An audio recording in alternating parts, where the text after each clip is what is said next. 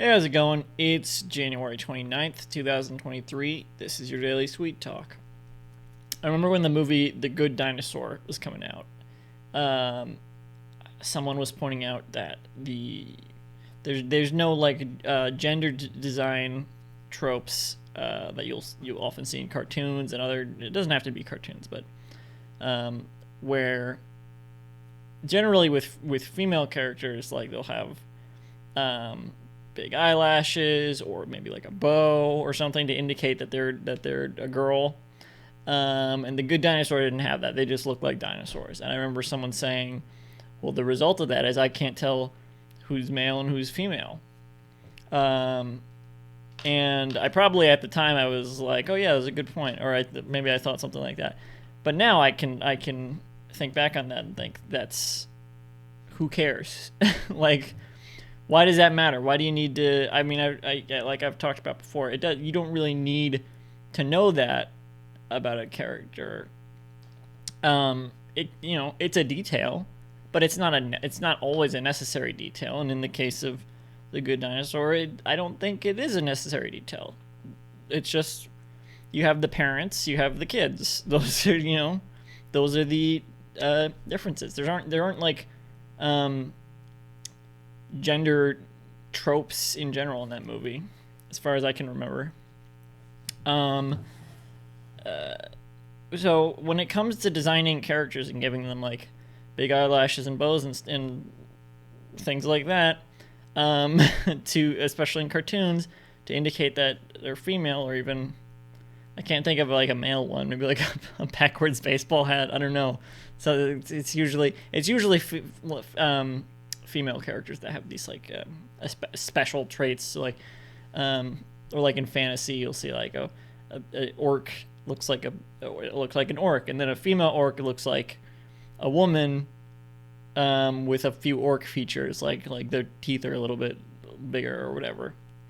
Um, so like that's an example of that. It's not always just like they got a bow. That's the more cartoony version. And it's pretty ridiculous because well, it insinuates that those traits are like exclusive to women. Like, oh, to have long eyelashes, to have a bow. Like, I have long eyelashes. I put I wear headbands, which are usually like traditionally more feminine, but it's like who cares? Anyone can wear them. It doesn't matter. And that's how it is with anything. You can't tell someone's gender like just from appearance alone, because it's not always. First of all, people don't always outwardly present their gender, and sometimes people who sometimes people might present in a way that is traditionally um, traditionally like people would think it was the opposite gender that it is, because it's all arbitrary. People associate long eyelashes, hair accessories, the color pink, things like that with women, the color blue, sports with men, and it's all just societal. For the most part, it's societal um, norms.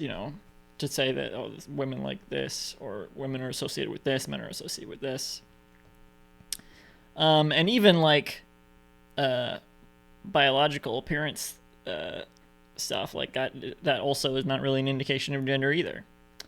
So I don't know. My point is, um, in terms of character design, you can have a character look anyway, and it doesn't really need to be indicative of their gender. It can just be like them.